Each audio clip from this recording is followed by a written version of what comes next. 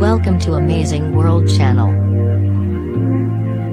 French President Emmanuel Macron laid out a vision of the European Union that he said offers the bloc's population real sovereignty to defend their interests and project their values in a globalized world. In a speech in Paris on Tuesday, Macron detailed a wide range of proposals for future European policies including defense, migration, universities, intelligence and asylum, as well as a new joint office to invest in innovations, a European prosecutor to fight terrorism, and an industrial program to foster clean vehicles. In his view, common actions should also include a European financial transaction tax, harmonized corporate taxes and a shared floor for carbon price.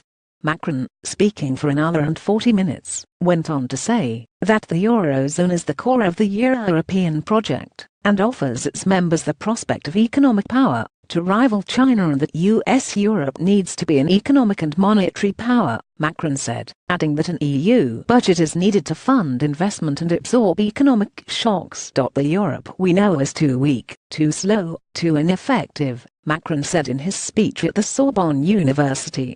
Europe can assure real sovereignty, our ability to exist in the world of today. UK departure 4 months after winning power, and less than 48 hours after a German election that left uncertainty over the future coalition in Europe's biggest economy. Macron sought to set out proposals to reshape the 28-nation bloc as it copes with the upcoming departure of the UK and the changes wrought by a digital economy, mass immigration and terrorism.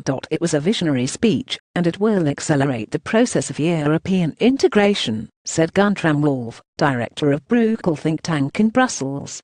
Will the Germans and other European countries take him up on that on some points? Yes, but on others not immediately, he said. Macron's proposals for the Eurozone were also meant to notify Germany of France's demands before leaders in Berlin finalize their post-election coalition pact. As he acknowledged that his vision will require Chancellor Angela Merkel's support to push through, Macron was cautious not to go into too many details ahead of time for his plan. In a nod to the government in Berlin, which rejects underwriting the debt of weaker euro area countries, he said there is no need to mutualize existing debt. He mentioned the need for a eurozone budget that could fund joint investments and help counter economic shocks, without giving the size or scope of such a budget. Transfer Union for Hans-Michel Bach, a member of German Chancellor Angela Merkel's parliamentary caucus. Macron's proposals for the European Union amount to turning the Eurozone into an unlimited transfer union and doing away with the Euro Stability Pact.